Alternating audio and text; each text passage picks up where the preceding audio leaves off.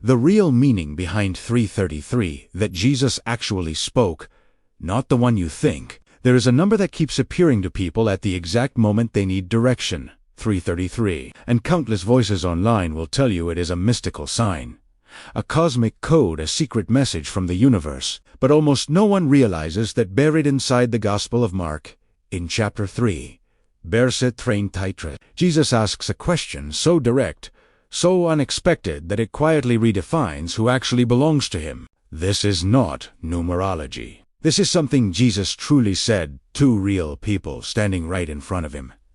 And it changes everything about who gets to call themselves chosen. For centuries, the Church relied almost entirely on Greek and Latin translations of the Gospels, gradually losing the original texture of the language Jesus spoke to the crowds who followed him. It was through the survival of the Peshitta, the ancient Syriac and Aramaic New Testament, carefully preserved for generations within the churches of the East, that scholars were able to examine this exact moment in Mark, chapter 3, in something closer to its original sound and weight. The scene is simple, almost startling in how ordinary it begins. Jesus is teaching inside a crowded home when word reaches him that his mother and his brothers are standing outside, asking for him.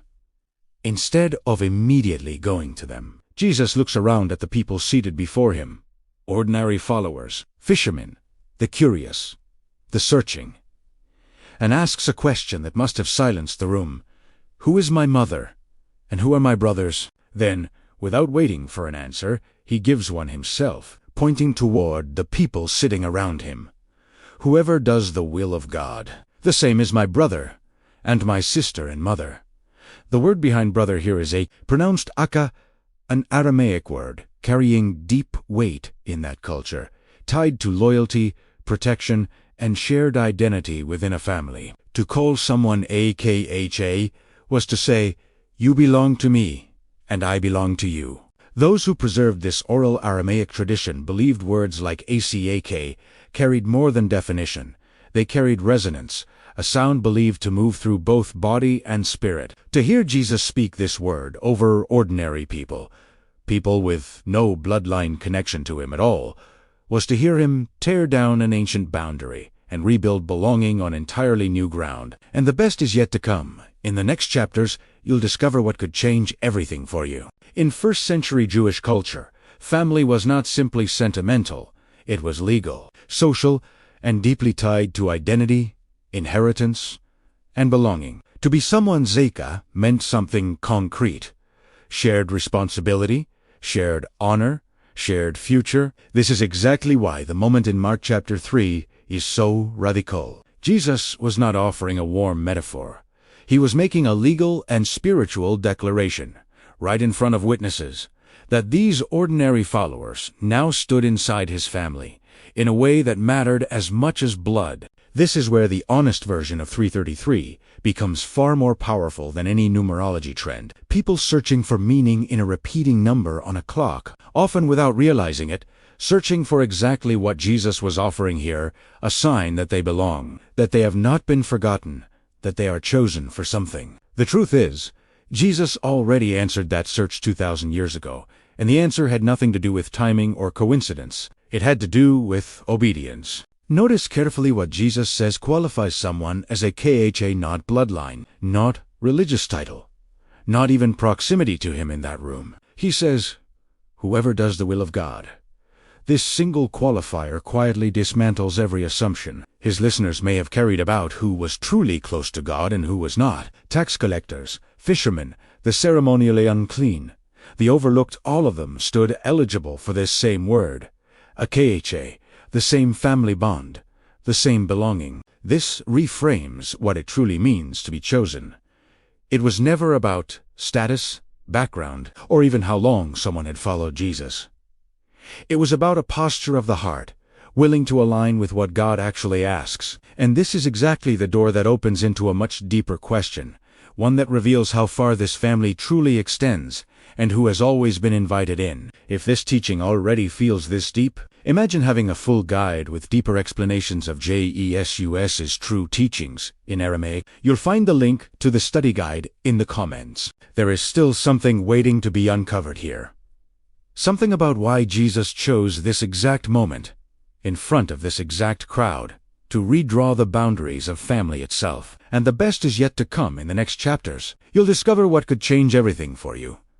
Picture the room where this moment actually happened. Jesus is teaching, surrounded by people pressed close together, listening intently.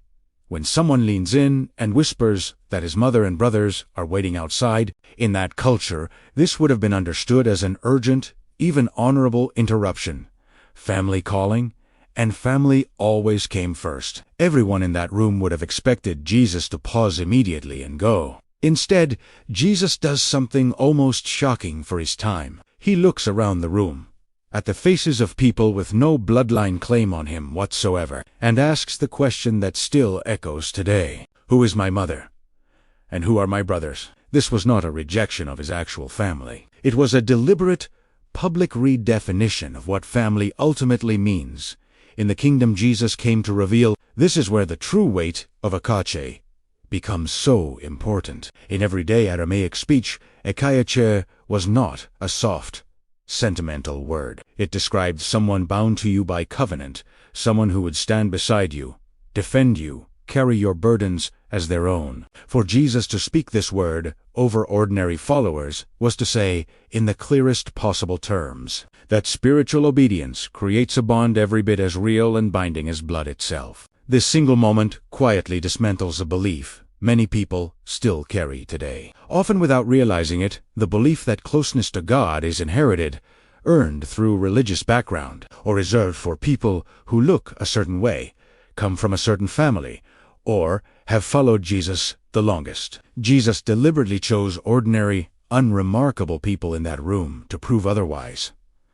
Belonging was never about pedigree. It was always about posture, a willingness to align with what God actually asks, regardless of where someone started. This is precisely why so many people today feel a strange pull toward a repeating number like 333, sensing that it might mean something about their place in the world.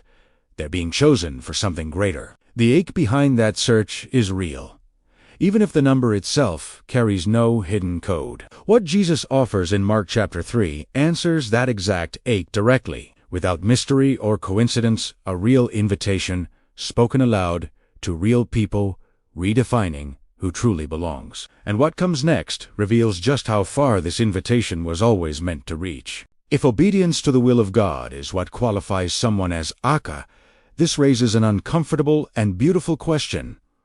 Who, exactly, was being invited into this family? The answer becomes clearer when we remember who typically sat in the rooms where Jesus taught. These were not religious elites or people with impressive spiritual resumes. They were fishermen still smelling of the sea, tax collectors carrying the shame of betrayal in the eyes of their neighbors, women whose testimony held no legal weight in that culture, and the sick, the poor, the overlooked. Jesus looked at exactly these people and called them a Kha, brother, sister, family. This was not a lowering of the standard for family. It was a complete redefinition of what family had always meant in God's eyes. Bloodline, status, religious pedigree, none of it mattered nearly as much as a heart willing to align with God's will, wherever that heart happened to start from. This is where the honest contrast with modern numerology becomes so clear. A number appearing on a clock offers no invitation, asks nothing of us, and requires no response. It simply appears and disappears. But the words of Jesus in Mark chapter 3 demand something real. A decision. Will we align our will with God's, the way the ordinary people in that room chose to do? That decision, not a coincidence of timing, is what determines whether someone is truly a Kha in the family Jesus was building. This also reshapes how we should treat one another within that family. If belonging is rooted in obedience rather than background, then no one in this family has room to look down on another for where they started, what they once did, or how long they have walked this path. The tax collector and the fisherman stood as equals that day, both called Akha by the same voice, for the same reason. This is the real chosen that Jesus was pointing to, not a mystical sign flashing on a clock, but a living, breathing family built on shared obedience to God.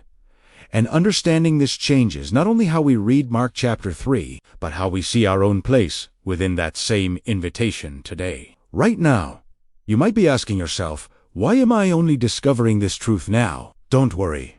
We thought about that. We're here to help you go deeper with a guide made for this journey. The link is in the comments. If you have followed this teaching closely, you already sense that the real story behind 333 was never about a number appearing at the right moment. It was about a person appearing at the right moment, asking a question that quietly rewrote the boundaries of belonging forever. Jesus did not need a clock, a coincidence, or a hidden code to reveal who truly belonged to him.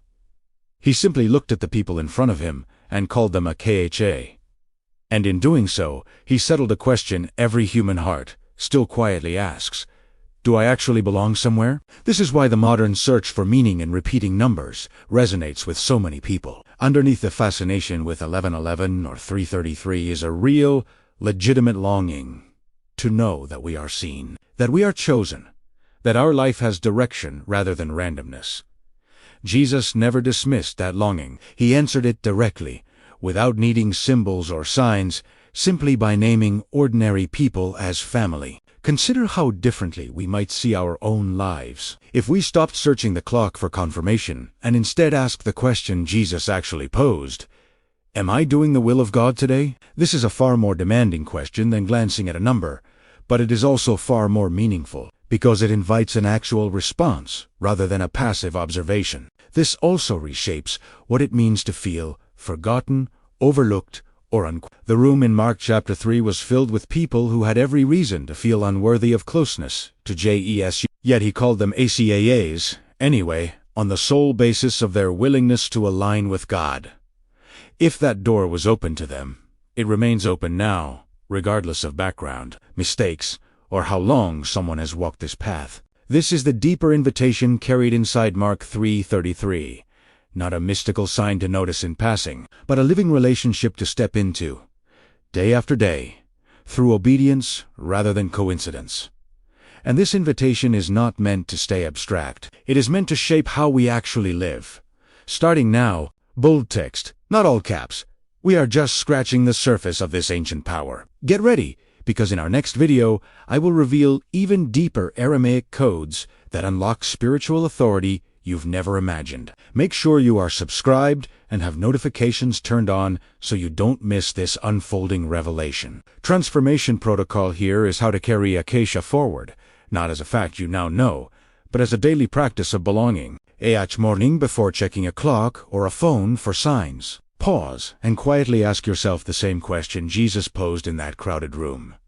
What would it look like today to do the will of God in this exact moment of my life? Let this question replace the search for coincidence with a search for obedience. Evening. Look back over your day and notice one moment where you had the chance to treat someone as a coworker, a stranger, a co-worker, someone easy to overlook, and either took that chance or let it pass. Name it honestly before Jesus, without shame, simply as an act of noticing. Speak the word Akha once during this reflection, not as a mystical phrase, but as a quiet reminder of what Jesus called ordinary people 2,000 years ago and what he is still calling us today. This is not a one-time realization. It is a daily return, a way of letting the words of Jesus in Mark 3:33 slowly Just a quick reminder, the transformation guides for a fuller life are waiting for you, right there in the comments. Before you leave, if this message touched your heart or brought new understanding into your life, WRITE, the word restoration in the comments below. Your testimony may encourage someone else who is seeking healing and renewal. In the comments below. Your testimony may encourage someone else who is seeking healing and renewal.